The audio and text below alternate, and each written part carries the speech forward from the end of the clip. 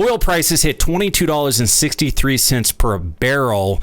I talk about oil and gas and how the current affairs of the world affects the oil and gas industry. So if you're an oil investor, if you are in the oil and gas field, this is the channel for you. Please subscribe to my channel. I keep up with current news and events to keep you apprised of what's going on in the oil and gas industry. If you watch today's coronavirus task force briefing this morning, Donald Trump talks about a $2 trillion relief fund to help America in this time as our economy has taken a downturn into COVID-19. I bet Putin is just furious about this because his little economy cannot have this kind of relief that Donald Trump is doing for America.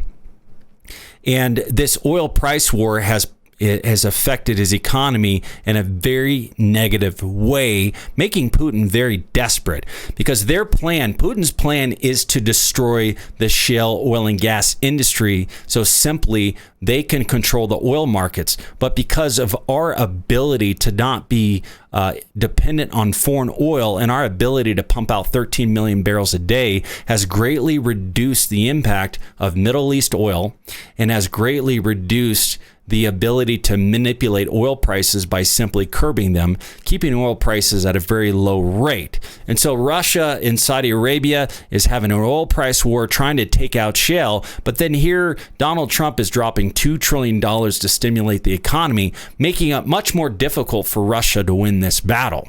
And so I am going to show you the relationship between Russia and Iran, how it's continuing to grow, and how we need, in the media is inundated with the COVID-19.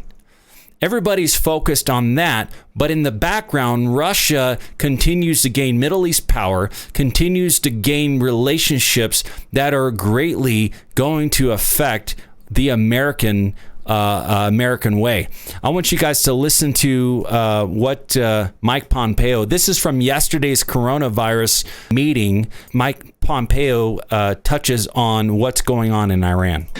Before I address the efforts that we've been engaged in to push back against the Chinese virus, I want to assure the American people that, as President Trump just said, your State Department, your entire national security team is staying focused on the other diplomatic challenges around the world. Those include reducing risk to America from Afghanistan, holding the Iranian regime accountable for its malign activity, and our counterterrorism efforts against ISIS remain a priority for our team. Our number one priority across those mission sets remains the protection of the American people. The President and our team are very focused on it. Have you determined whether Iran is responsible for that rocket attack last week? So maybe we shouldn't say that. So let me just get back to you on the answer to that. And what we can say with certainty is this: we've made clear all along that the Iraqi Shia militias are funded, trained, equipped by the Iranians. And we've urged the Iranians not to do that, and we've told the Iranians that they will be held responsible for those attacks when they threaten American lives. So about the sanctions themselves, no movement? We are working to do all the things we've had in place for the first 3 years here to deliver security for the American people. They know the answer. Iran, they know the answer. Iran, the leaders, they know the answer to your question. So there's a lot to what Mike Pompeo and Donald Trump has said about Iran. Number one, Iran is training individuals in Iraq and other countries to go to war with America. It's a proxy. And so there's a lot more to this whole thing than just going in and going after Iran. Russia and Iran relationships has grown tremendously. Okay. And so China and Russia are both speaking on behalf of Iran.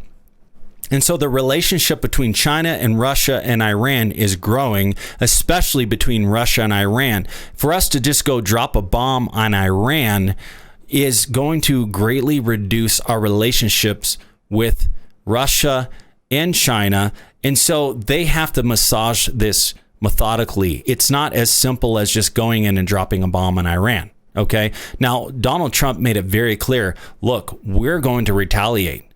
Mike Pompeo made it very clear. Look, we're dealing with this situation. Okay, they're putting stricter sanctions on them.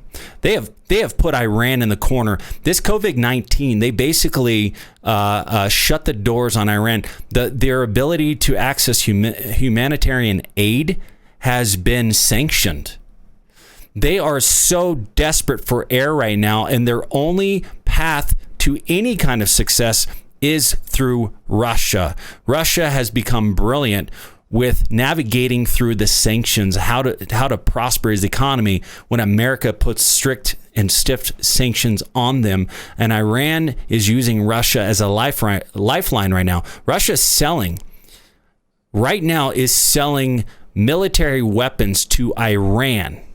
Okay, Iran has, in recent past, has dropped bombs on Saudi oil fields, and they have dropped bombs on U.S. American troops. And Russia and Iran are an alliance, and Russia is fueling their war. So then who is really bombing these oil fields?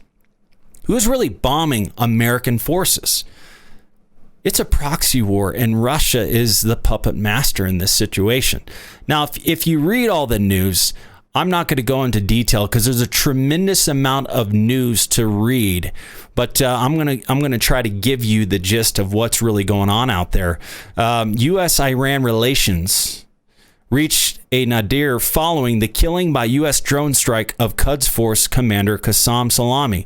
As Iran's isolation grows, its link to Russia is likely to strengthen. Moscow can use Iran's geopolitical weakness to its own economic advantage by making large sales of Russian military hardware to the Islamic Republic and encouraging deeper cooperation between the EU and Tehran. At the same time, Russia will use the death of Soleimani to constrain Iranian troop activities in the Syrian battlefield. So, bottom line, the relationship with Russia and Iran are growing tremendously. First, it is important to understand that Iran's role in Russia's strategic calculus. Iran is crucial for Moscow, as its location at times renders it the most important player in the Middle East. This fits the rationale of the Russian political elite. Its political thinkers of the 90s contended that Iran should be a pillar of Russian influence in the Middle East. The so-called Eurasianists, who believe Russia is a mixture of Europe and Asia, say that if Moscow is to limit Western power in the Middle East, it needs Tehran. So since the 90s, this has been Russia's agenda, to use the Middle East as a platform to go against limiting the Western power in the Middle East. There's a tremendous amount of news regarding the relationship between Russia and Iran growing. Coronavirus. China and Russia call on U.S. to lift sanctions against Iran. We urge the U.S. to immediately lift unilateral sanctions on Iran. Continued sanctions are against humanitarianism and hamper Iran's epidemic response and delivery of humanitarian aid, spokesman Zhang said. Russia's foreign ministry made a similar announcement calling the sanctions anti-human. So they're calling these American sanctions anti-human. Okay, they're trying to get the word out that we are destroying not just Iran's military, but humans, human life.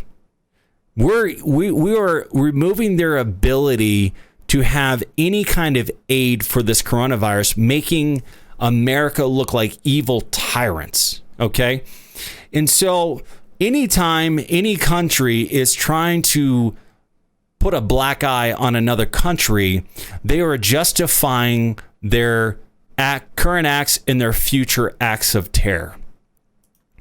Russia strongly opposes U.S. sanctions against Iran amid coronavirus official. So why is Russia standing up for Iran? Well, it's really simple. Russia is using Iran as a proxy. Russia is using Iran as a platform because if Russia could get a hold of Iran, he could now start manipulating Iran because they are so desperate right now. They're dying from COVID-19. Their economy is trashed. They have so many sanctions on them. Even China is afraid to do business with Iran. Russia is the only one with the guts to do business with Iran.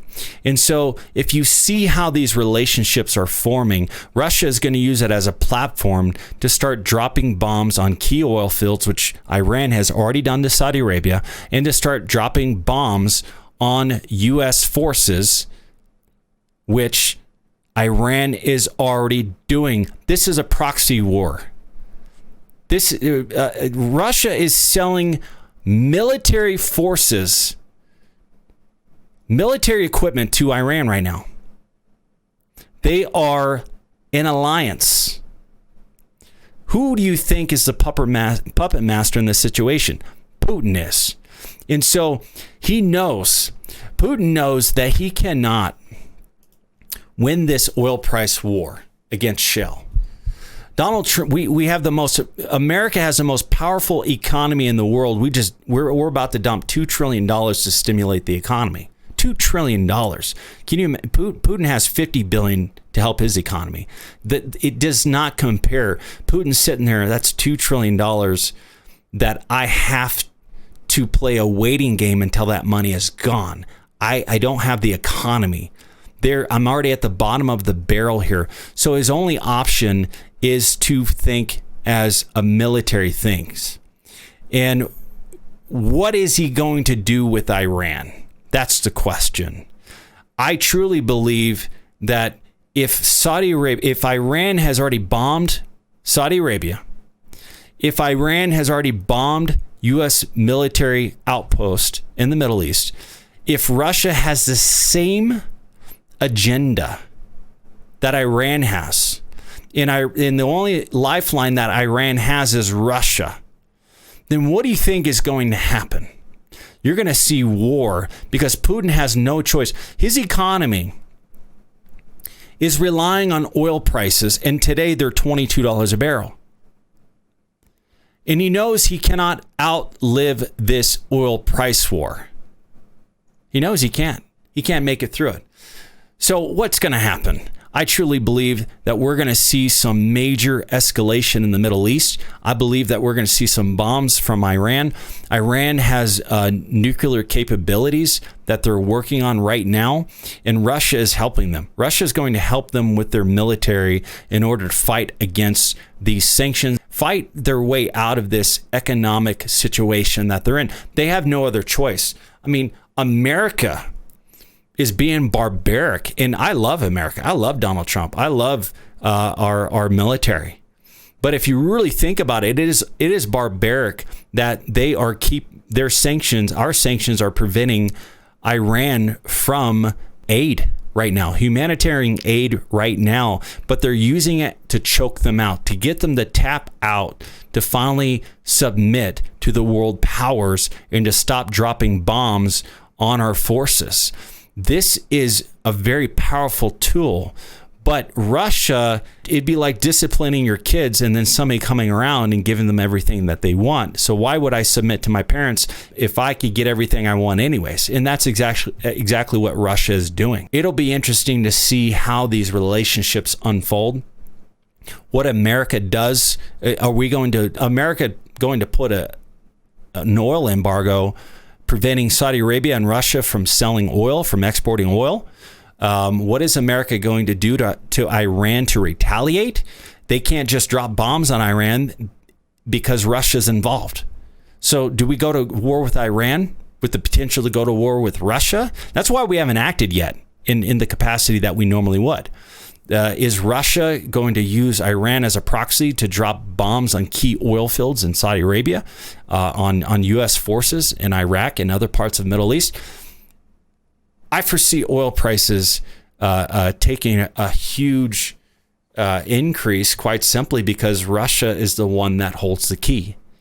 Russia could could start curbing production again, causing oil prices to go up, or they could use military forces to cause oil prices to go up. Either way, they hold the key, and the one with the key is the one that cares about high oil prices more than any country in the world. So I know for a fact we're going to see higher oil prices. I know that for a fact. Trump doesn't want oil prices at $20-something a barrel because he gloats about how he built up the oil and gas industry, but if oil prices stay at 20, it's going to destroy the oil and gas industry. So we need oil prices to go up much higher. Putin wants it. Saudi Arabia wants it. Trump wants it. So we're going to get higher oil prices, guaranteed. But the question is, when is this oil price war going to end? What is Russia going to do with Iran? How is Trump going to respond to the Iranian attacks? And where are oil prices going to be in the next 3 months? Are they going to be at $50 a barrel? Are we going to see $100 oil? That's the question. I'm Sean Pruitt, president of Kingdom Exploration. If you like these videos, please subscribe. We'll talk soon. Thanks.